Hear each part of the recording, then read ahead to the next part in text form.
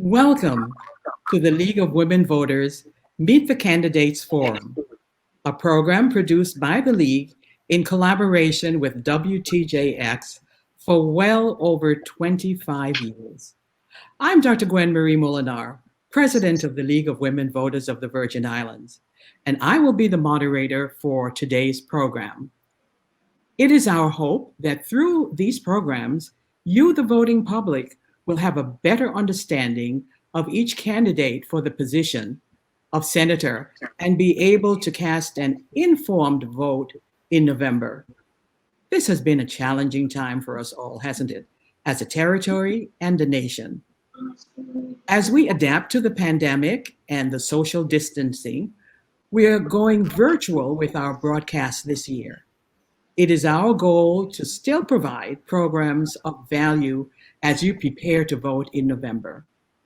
With me today are two persons running for the position of senator in the St. Croix district. Thank you, candidates, for being here. Candidates, you have been informed in advance of the guidelines for the program. After briefly introducing yourselves, I will pose questions of timely interest to the public. The first responder will be rotated. 90 seconds will be the response time for most questions, unless it is so stated in advance. So let us begin with your brief introduction. So could you kindly state your name, ballot number, and political affiliation, if any, and we'll start with you, Mr. Carrion. My name is Sam Carrion, number 13, independent, no party. Thank you. And our second guest? Jn Baptiste, number 8 on the ballot, no party. Great, thank you both for being here. So here's our first question, which is going to ask you why you think you should be elected to the position of senator for the 34th Legislature. And this is one of those questions that's going to allow you a much longer response so you can really brag about your accomplishments. Each of you will have about 2 minutes to respond to the question. And here's the question. And we'll begin with Mr. Carrion. You will be the first responder in this question. In both St. Thomas and St. Croix districts, only one seat has been vacated. So you might have to replace an incumbent to be elected. And if both of you are elected, definitely one of you is going to have to replace an incumbent. So could you explain to the viewing audience, your voters, what qualities, training, experience, and expertise you have that makes you best suited for the position, even to the point of unseating an incumbent if necessary? 2 minutes, Mr. Carrion. Well, greetings to all, and thank you, Dr. Moolenaar. Like most of you, I'm dissatisfied with the status quo. And that's one of the reasons that really pushed me to run for a seat in the 34th Legislature. I was born and raised here in St. Croix. I care deeply for this territory. Been very involved in a lot of nonprofit organizations, doing a lot of community service within the community. But I decided it's a time to do more. And that's one of the reasons why I decided to run as a senator. One of the things that many of you might know me by, other than being involved in a lot of organizations before, I also worked in the judicial and executive branch. So I have experience in those two branches of government. I served in both the Superior Court and also at Government House, where most recently I served as policy advisor to former governor of the Virgin Islands. And there I had the opportunity to work most recently in the recovery effort. I coordinated most of the recovery effort under the past administration. So I also have experience in coordinating different recovery efforts. And my background in education is in the area of theology and business management.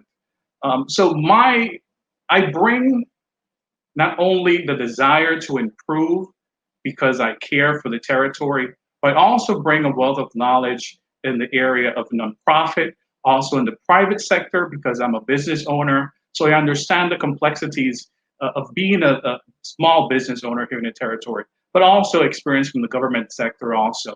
So I bring that wealth of knowledge to the 34 legislation. I think will be beneficial having a new leadership, new vision, and a new voice.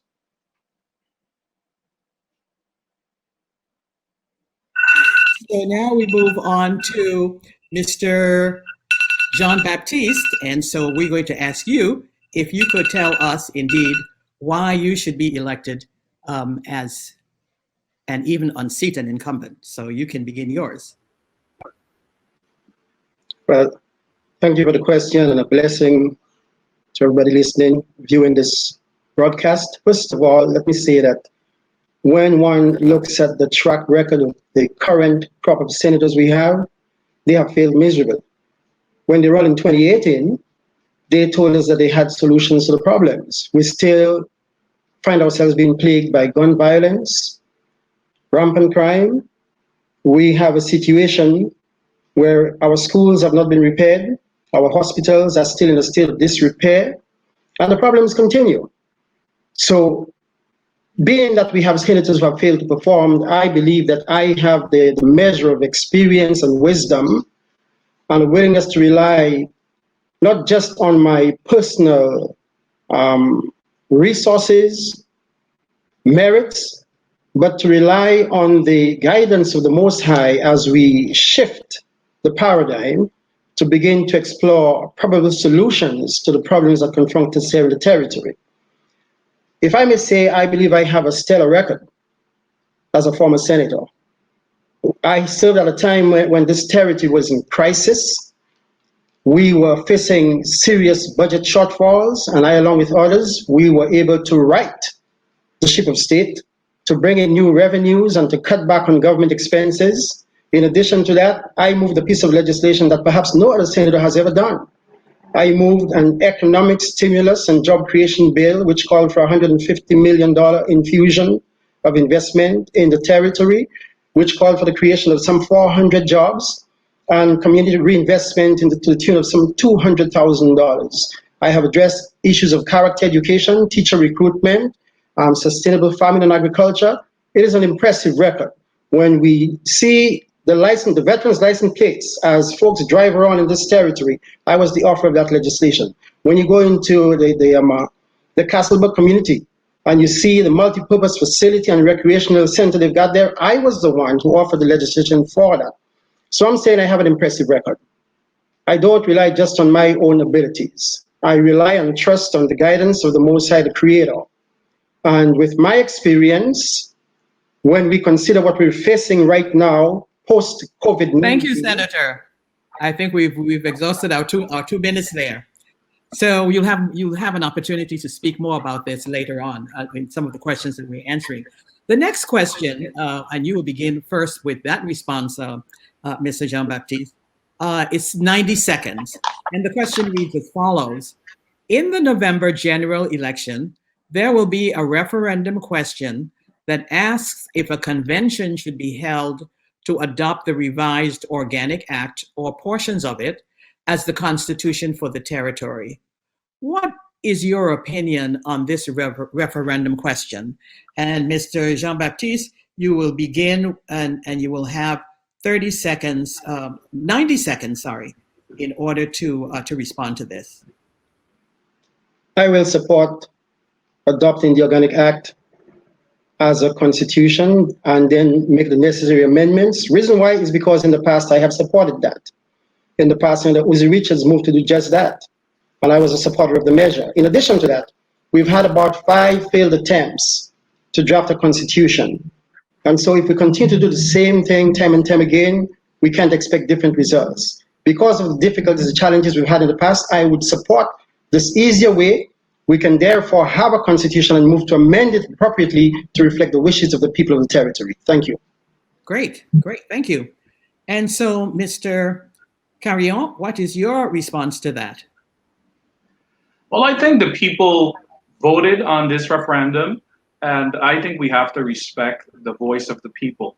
I am in support of it. I think we should adopt the Organic Act, and then later on work on making the amendments necessary. I know we tried on several occasions to draft, and we brought the group together, and we haven't been successful.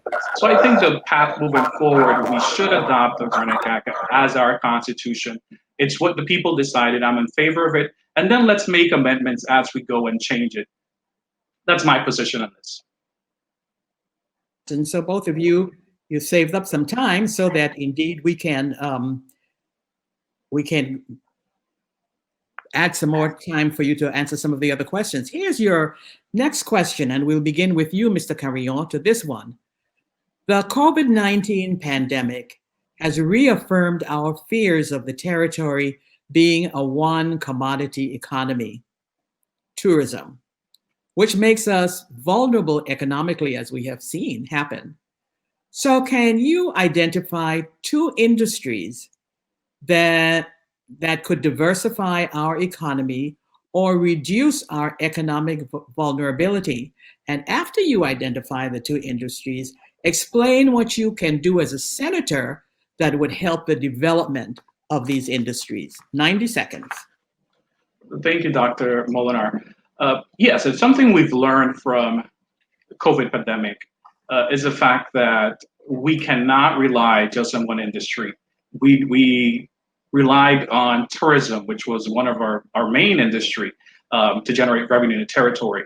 So the two industries that I think we should focus on, because we understand that we need to diversify our economy. We can't have all the eggs in one basket. We really need to revitalize our manufacturing industry.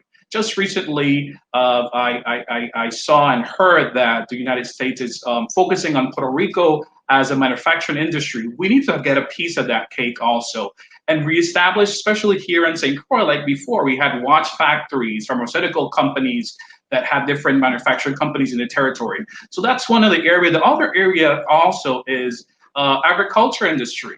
I don't think we're doing enough in the area of agriculture. So I would support bills and legislation to support the agriculture industry on St. Croix. Farmers need more support, and UVI has given some steps moving in this direction because now they have agriculture within their field of studies, which is great. I think they will be providing an associate and a bachelor's degree in this area. So our farmers need more support. They need to have the proper funding to have the tools and equipment necessary, but also to take it another notch in the area of technology. Agriculture has advanced a lot, and now there's a lot of technology that is involved within the agriculture industry. So we need to expand. Thank you very much for your response. And so I would ask Mr. Jn Baptiste the same question. How would you diversify the economy? With what industries, and what could you do to help? Right, first of all, I'll start off with agriculture. We already have a sustainable farming and agriculture bill on the law, on the books. It is Act 6836, which has not been implemented by the executive branch. It tells you what role every stakeholder has to play in that regard. I would move to get that fully implemented to make sure we have a viable agricultural sector in this territory. Secondly, it is manufacturing. I want to speak of manufacturing.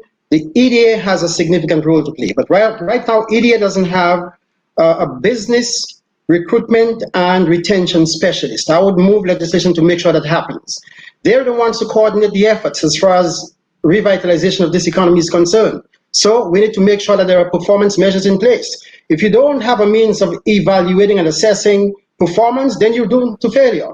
So we must have legislation in place that analyzes, assesses, evaluates the performance of the folks over at EDA. So I would move legislation to equip the EDA to do what it is supposed to be doing right now. Thank you very much. Great, thank you, thank you. And our next question now, and Mr. Jn Baptiste, you will begin first with this, and you have 60 seconds to respond, 1 minute. And that has to do with the fact that one of the groups in our communities that is continuously underserved by most elected officials is the disabled. And many of them ask that we put this question to candidates because they complain that during the election season, everybody comes and pays attention to them, but after the elected, no one remembers the disabled. So what do you know about the needs of the disabled in our communities? And what can you do as a senator to address those needs? But if you are unfamiliar with the needs that are most prominent in our community, what would you do as a senator to find out? And then once you do, what would you do? And so that is 1 minute, 60 seconds. Right. First of all, I do not have the answers to all the questions, but I can tap into community resources to find out what the needs are and what we can galvanize to address the concerns and the needs of the community. Secondly, I know that there is an act called the IDEA law that has not been enforced or implemented as it should have been. Senators or the legislature has the responsibility of oversight. So certainly I can bring the required or the pertinent stakeholders before the body to find out why it is that aspects of the law has not been implemented and get them to do so. For example, if an executive branch agency comes before you needing X, Y, and Z, but they've not implemented A, B, and C, you tell them before they can get X, Y, and Z, they must move to implement A, B, and C. So that is what we do as far as the exercise of oversight responsibility is concerned. So in that regard, I can do just that. And like I said, I don't have all the answers, but I can tap into resources in the community. I can have a team, a staff that is able and capable of working with me, and we can get the job done. Great, thank you. You did exactly on time. Now to you, Mr. Carrion, 60 seconds. Yeah, well, we have nationally what is called the American Disability Act. And I know locally here also from the office of the governor, there is someone who's appointed to work in that office to ensure that our community, our disabled community, has what they need. And as a senator, one of the things I think is important is to be able to listen. You might not know all the answers, but you have to have the willingness to hear, and you have to hear the people that elect you, because the solution is really within the people. So as a senator, I would make sure, and because we have a responsibility of oversight, that the agencies and departments that have the responsibility to follow the act, that they do. Remove the barriers and make sure that they have the access to support that they need and that they're recognized. Equality is very important. So we cannot treat them as second-class citizens. We need to make sure that they're treated like every other citizen in this territory and that they have access to everything that they need in this territory. Thank you, thank you, thank you, both of you. And so now the next question has to do with crime, which has not abated. As a matter of fact, it's accelerated. And we continue to see young men, women, and children being killed. So we have a two-part question. And Mr. Carrion, you will begin with the response to this 90-second question. What do you see as the root causes of this epidemic? And that's what it is, an epidemic of violence. What are the root causes? And B, what ideas do you have that would contribute to a lessening of this loss? So we begin with you, Mr. Carrion. Yes, and that's a great question, and it's very close and near to me as a father of four. I have two teenagers. And like you said, one of the root causes, I think, is there's a decomposition in our society, in our community. To be able to deal with this issue, because there's no magical solution, we have to then have a holistic approach. We need to support the agencies and organizations, especially nonprofits, that have initiatives and programs aimed to prevention. Prevention has to be the key. So establishing programs that would support our young kids, it's very important, our children. The second part of it is enforcement. So we have to make sure that our police department, which do an extraordinary job, we have to recognize our men in blue, but we need to give them the tools necessary so that they can perform and carry out their duties and responsibilities. If they're not equipped, then it won't be possible. But also, I think we need to work also in rehabilitation. So those that have had conflict with the law, we need to make sure that when we integrate them back into society, they have been rehabilitated and that they have some skills to help them then to progress and integrate in society like anyone else. They deserve also a second chance. So prevention is important. Enforcement is important, and rehabilitation. Okay, great, thank you. And so we asked the same question to Mr. Jn Baptiste. Well, First of all, the territory doesn't have a policy and strategy to deal with gun violence prevention and intervention. You see, gun violence is a public health issue. It is a social, educational, and economic issue. You ask the question, why is it that young white males in our community don't resort to the same violence that our black males do? What about our young black females? They have issues of disagreement and all kinds of tough wars, but they don't resort to gun violence. So I'm saying it must be treated as an epidemic, a pandemic. The approach must be clinical and aggressive, just like how we're dealing with COVID-19. If we take that kind of approach, where we bring stakeholders together and we have in place a policy and strategy for prevention and intervention of gun violence, we will be successful. Because again, I repeat, it is social, it is economic, it is educational, and it's a public health issue. Great, thank you. Well, let me ask both of you, and this is not a time question right here because I just thought of it. Senator Jackson, a couple of months ago, had introduced a bill to establish an office for violence prevention. Are you familiar with that? Both Yes, of you? I am. Yeah, Senator Jn Baptiste, Mr. Carrion. What are your ideas in it? Just a quick statement. It's not timed. Mr. Jn Baptiste.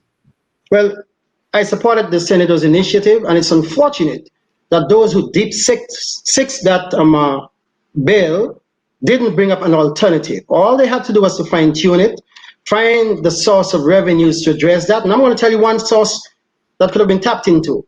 We have a facilities trust fund in the Treasury of the Virgin Islands. Millions of dollars go there every year. We could have tapped into that to build the kind of facility that provides support for our young people, and which could house that very office that the senator was trying to establish and get it done. I don't know why our senators are fast asleep at the switch. They did not assist him. They did not bring up an alternative. Thank you, Mr. Carrion.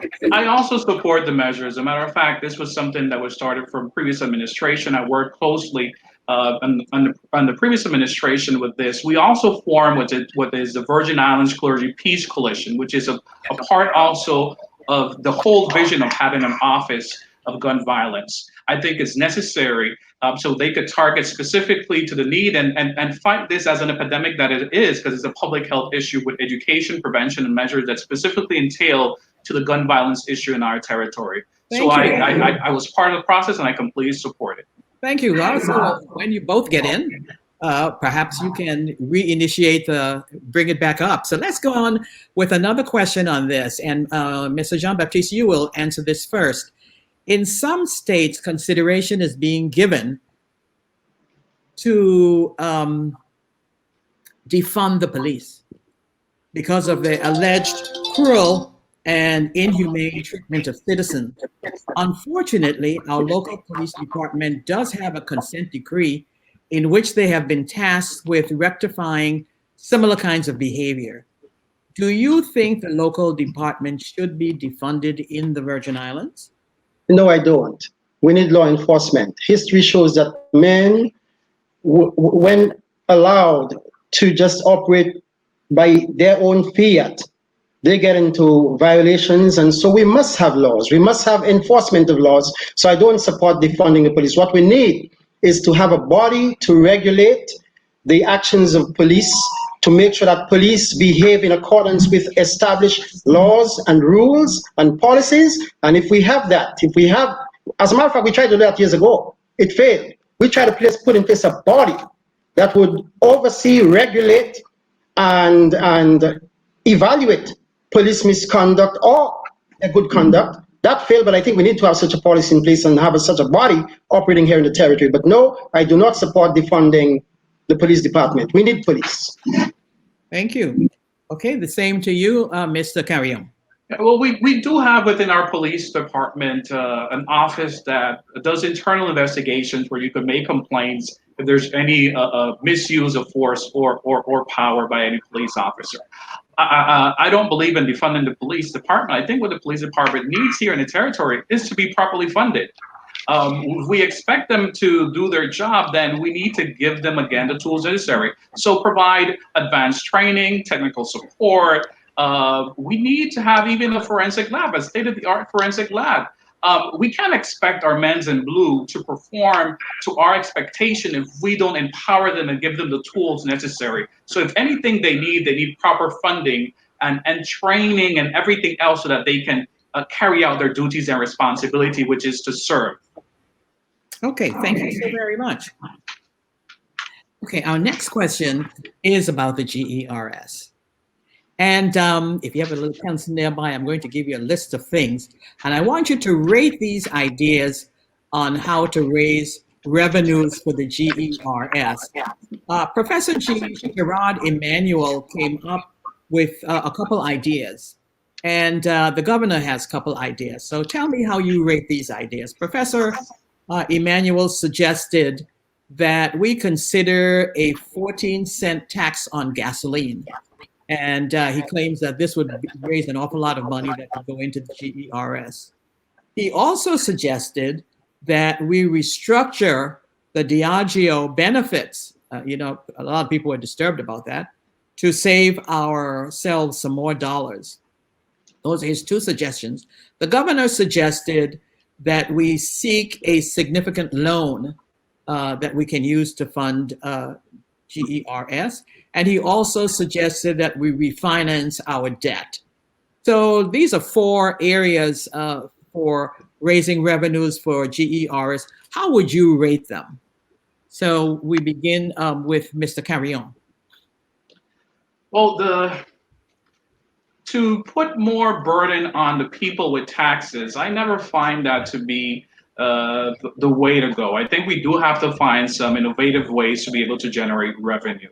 But the problem with GRS, I do think that Diageo, we should revisit that agreement and restructure it. I also, I'm not too inclined to the one with restructuring our debt. The problem with GRS, really, we need to restructure GRS and we need to set new policies in place. We can continue to fund revenue and it will just expand the life term of the system, but we have a systematic problem with the structure of them itself. So we need to fix that and correct that in order to continue to infuse revenue into the system. Okay, great, thank you. Mr. Jn Baptiste, what are your ideas? How you would rate them? First of all, before we speak about restructuring the rum deals, we must understand that Puerto Rico has now begun giving their companies the same amount of incentive payments that we give to the two companies here on St. Croix. So these facts must be considered before we talk about revisiting the agreements. Secondly, the recitals in the agreement with Diageo always promise to address the unfunded liabilities of the GERS.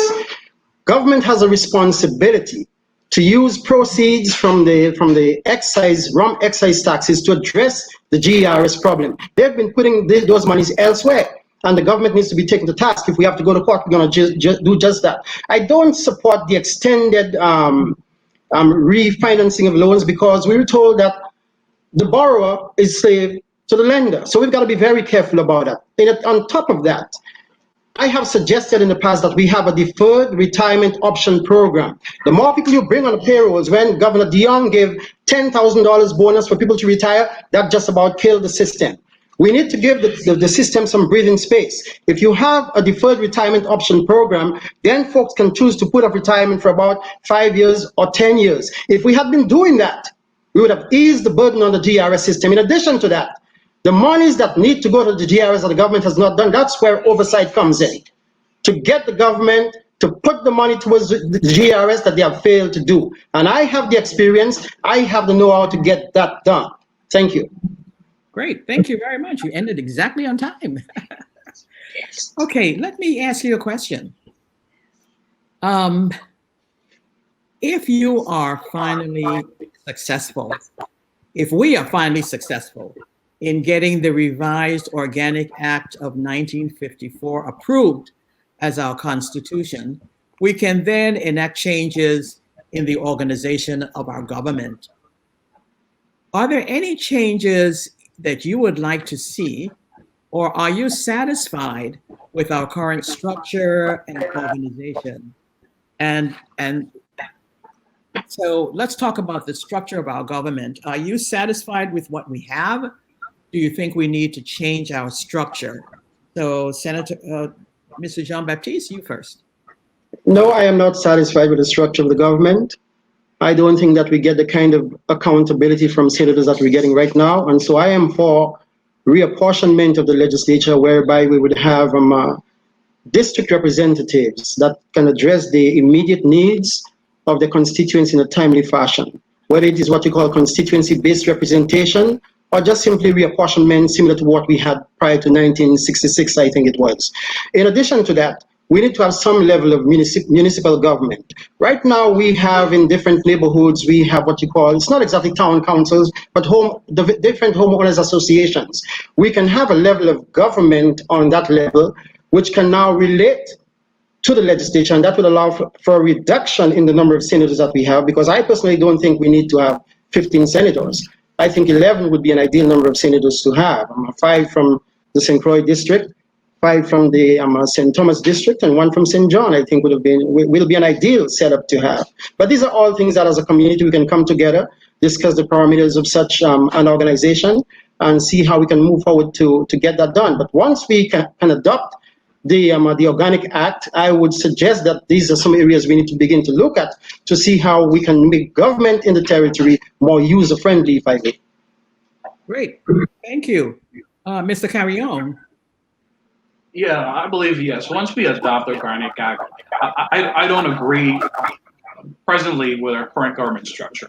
So definitely we need changes. I'm more in favor of creating district representation. I'm also in favor of a municipal government, having mayors, because sometimes what we happen is that we don't have the representation necessary, and there's no true accountability. So we need to work and restructure even the legislature, how it's formed. Actually, I'm in favor to reduce the size of the legislature, to have more senators at large, and reduce the numbers by district. I'm also in favor of having mayors, because sometimes we see towns like Frederickstead that are put to the side and not really given the attention that's necessary. So if we have more accountability and district representation, then we could hold our elected officials accountable for what they say they're going to do. And also it creates a better relationship even within the legislature, because now the campaign continues even after you become a senator, because everybody is fighting for the same district. So there's still competition going on in the Senate floor when we should really be doing the people's business and legislating laws that would benefit the people, not in the competition. So we really need to revisit and restructure our whole government structure so it could work for the people. Great. Well, it's so heartening to hear both of you being in so strong support. So I'm going to ask you this question. During your campaigning for the rest of the season, do you intend to include a discussion or make your thoughts known on the referendum as you go through the community and talk about it? So this is an open question. Okay, that's a good point. And going back to what we were just saying, this was brought to the people in a referendum, and the people voted in favor of reducing the legislature and making changes to our structure, to our current government structure. So yeah, I'll continue to voice and speak on it, because if we really want to be effective, then this is the way how we could have an effective government working for the people. Mr. Jn Baptiste. If I'm not mistaken, I think you were talking specifically of Senator Jackson's measure to have a referendum whereby we can adopt the Organic Act. Is that what you're referring to? Right. Yes. Yes. Do you intend to include and it's unfortunate that the legislature has not put in place the mechanism to properly inform and educate the citizenry. I had not given any thought to it, but now that you've mentioned it, certainly that's something I'm going to incorporate into my activities, because I am going around the communities with a PA system, asking folks to vote for me. I'm talking about the issues. So since you have mentioned it, I'm going to take that under advisement, and I will plan to incorporate this into my activities. Great, because it is a question on the ballot, and both of you have spoken positively about it. We have to make sure that it gets passed. And one way of getting it passed is the citizens seeing that it's an important issue to the candidates, and when the candidates speak about it, then it brings it to their awareness. It's interesting also to hear you both say that you're interested in reducing the size of the legislature. Are you aware of the referendum on that question that was asked a number of years ago? Again, this is an on-time question. We're just having a conversation now. Are you aware of that question that was? I am aware of it, and that's why we talk about the need to have civics taught in the schools. Sometimes people don't understand what a binding referendum as opposed to what a non-binding referendum is, or what an initiative is all about. And so, yes, that was passed, but it was a non-binding referendum. And so when it came before the legislature, matter of fact, I was serving at the time. When it came up before us, a majority of senators did not support it, and so it didn't go forward. Notwithstanding the popular position of the public that we should reduce the size of the legislature. But hey, it's not too late for us to get to work on that. Like I said earlier on, I support reducing the number of senators, and so now is a timely, point where we can get it done, if I may. Yeah, and I was making reference to that. I thought that's what you're referring to in the previous question. But yes, it's unfortunate it wasn't a binding referendum. But I think the senators have responsibility to respect and comply with the people's opinion, the people's voice. And it was presented on the ballot. They voted. They made the decision. And I think if you're representing if you have been elected for the people, then you need to then comply with what the people have spoken. Well, let me ask, do you think we need to have more at-large senators? If you look at the initiative that had been put forward by I think it was a group of citizens, primarily out of St. Croix, one of the aspects of their recommendation was the increase in number of at-large senators. Do you think this is something that would be an improvement for us from what we have, and an increase in the number of at-large? I think so, and I'm in support of it. I also think there's different type of structures that we could look into and see what best fits us here locally, and see maybe how some other structures in other places, but we're uniquely stationed geographically, so that creates some challenges. But yeah, I'm in favor at large. Mr. Jn Baptiste? Yeah, let me just say that because of the many divergent views expressed in terms of reapportionment and other forms of government, with reapportionment as being pushed by the group which was doing so last election, we would have had 3 at-large senators and 4 district senators in St. Thomas and St. Croix, and of course St. John would have an at-large as well. I think that all of the different things we've heard of, whether it is just one with the 4 at-large and 3 at-large and 4 district reps, I think we need to take that to the public. We need to have open discussion where we can bring persons who are informed, who have knowledge to share with us, the community, so we can discuss that. And finally, have some kind of a vote from the community in terms of what they would prefer, and then we move forward with it. Great. Let's move on to another question, and this is 60 seconds. In both the previous administration and the current administration, there have been some concerns regarding alleged nepotism. What can you do as a senator to address these concerns? And so let's have a 60-second response on this. And you start, I've lost track of who spoke last. I believe Mr. Carrion, you might have been the one who spoke last. So let's begin with you now. What do you see as a way of addressing alleged nepotism in the territory?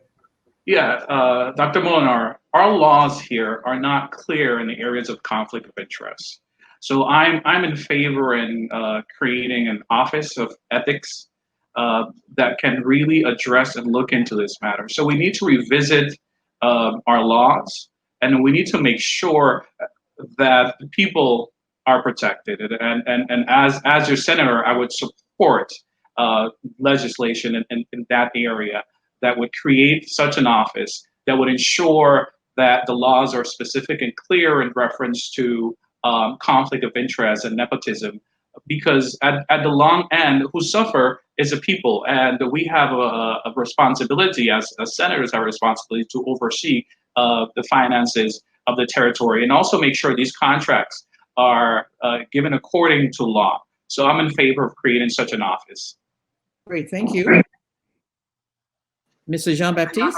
All right, I don't think we need to reinvent the wheel. In Puerto Rico next door, there is what they call an office of ombudsman, and that's the responsibility to look into activities of malfeasance and fraud and corruption in government offices and agencies.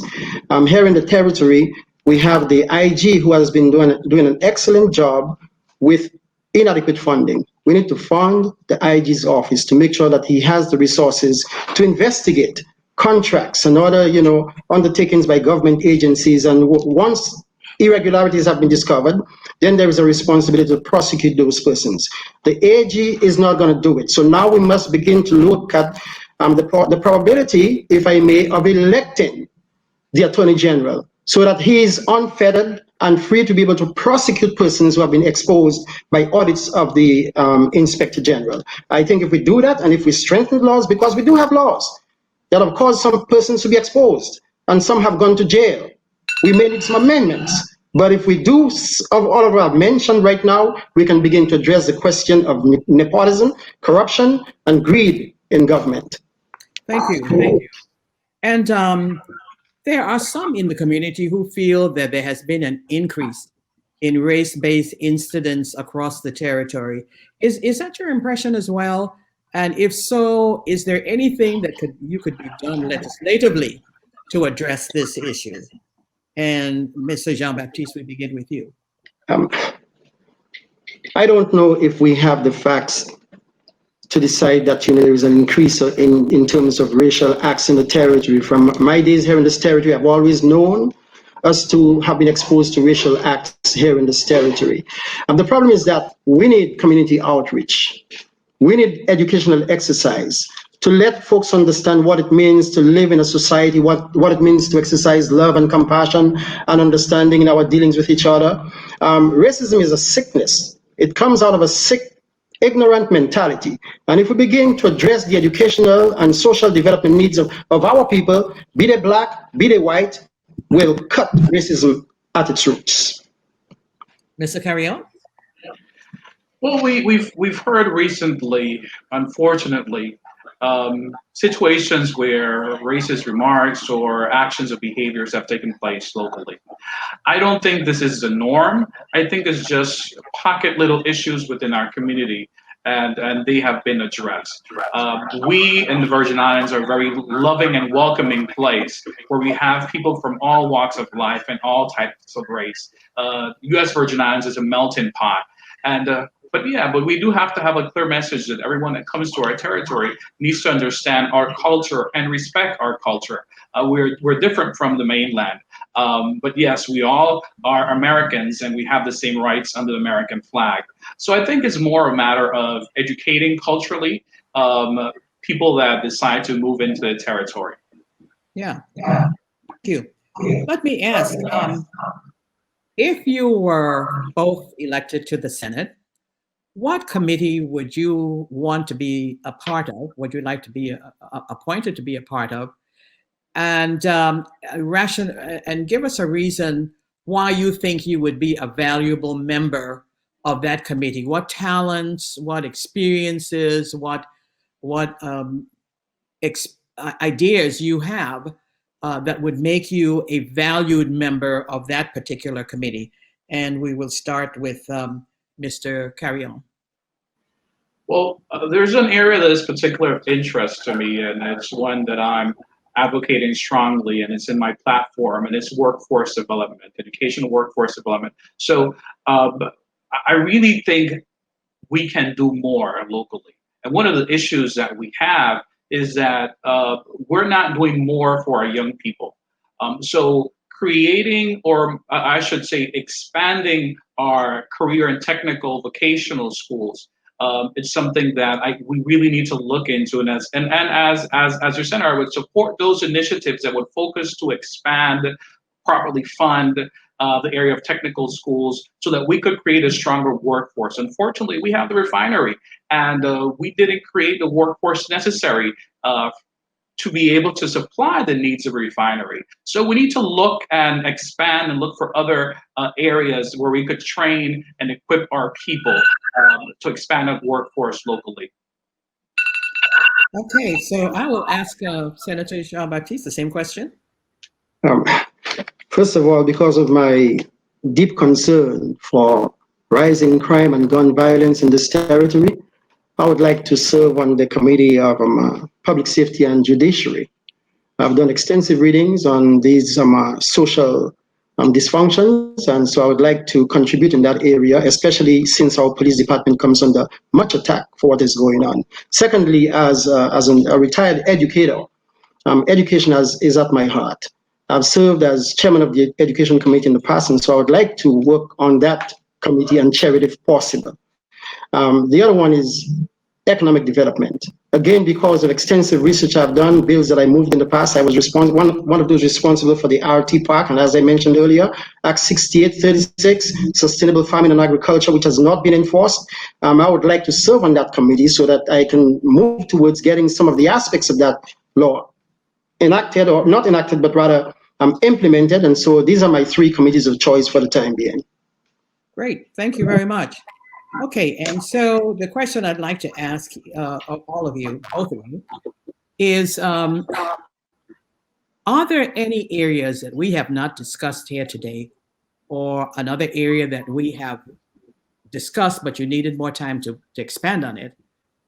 You have 60 seconds to, both of you, make a last-minute comment about either an area we didn't discuss or one that you wanted to add more of. So we begin with you, Mr. Jn Baptiste. Well, first of all, we didn't speak broadly on the aspect of education in the territory, especially in light of what our students are going through with COVID-19. There are many shortcomings that our children and the Department of Education is faced with. For example, even when I was trying to set up for this interview this morning, I was told that I did not have adequate bandwidth, so I had to purchase that. And so just think in terms of the number of homes out there that just don't have the bandwidth to engage in virtual learning with the students, and the department has not addressed that. Perhaps we can tap into funds from the CARES Act to make sure that all the homes are equipped and connected and have bandwidth so that these activities can be carried out. In addition to that, again, like I said, my education has not been touched adequately during the course of this interview. But I also wanted to mention something that Mr. Carrion spoke of, and I am happy to see that we seem to be on the same plane. Maybe God has intended it to be so. But he mentioned about the internal investigations or review within the police department. And what I was referring to when I spoke was an independent body to review police actions. I just wanted to clarify that, But other than that, I just want to say to folks out there that I believe that I have the wherewithal to make we'll have a little more to say. In your closing statement, I think you can make that last minute bit. But we need to go to Carrion so we could stay in time now. Okay. Mr. Carrion? Yeah, for me, of course, we have a number of issues that require critical attention. But the issue of energy, WAPA, the cost of energy here in the territory, we know is one of the highest in the nation. That really needs to be addressed, and that is affecting our everyday life. It's our seniors making the decision between paying for a prescription or paying their light bills. It's mothers having to decide what to do because the cost of energy is too high. So we need clean and renewable energy in our territory. So I think what needs to happen with WAPA, or Water Power Authority, we need to have an independent firm to come in and really make some recommendations and restructure. Also do an audit in the company, because the public has lost trust in WAPA. So WAPA needs to be restructured. The cost of energy needs to come down. I'm proposing renewable and clean energy to make this happen so that our economy can be much better. Because even businesses are shutting down because of the high cost of energy locally. So it's really critical. Time now for you to make your final statement. Mr. Jn Baptiste, you begin first with your closing statement, 60 seconds. All right, I thank you for having me on today, and I hope that folks who have listened to us will be enlightened by some of what I've had to share with them. Let me just say that unless we can tackle the issues of crime, fix our schools, fix our hospitals, have the kind of top-rated healthcare services, and grow the economy, we're not going to go anywhere far. None of these important things have been addressed by the senators who are currently sitting. In my opinion, they have failed. We need a better alternative. And I'm presenting to folks out there that I am part of that better alternative.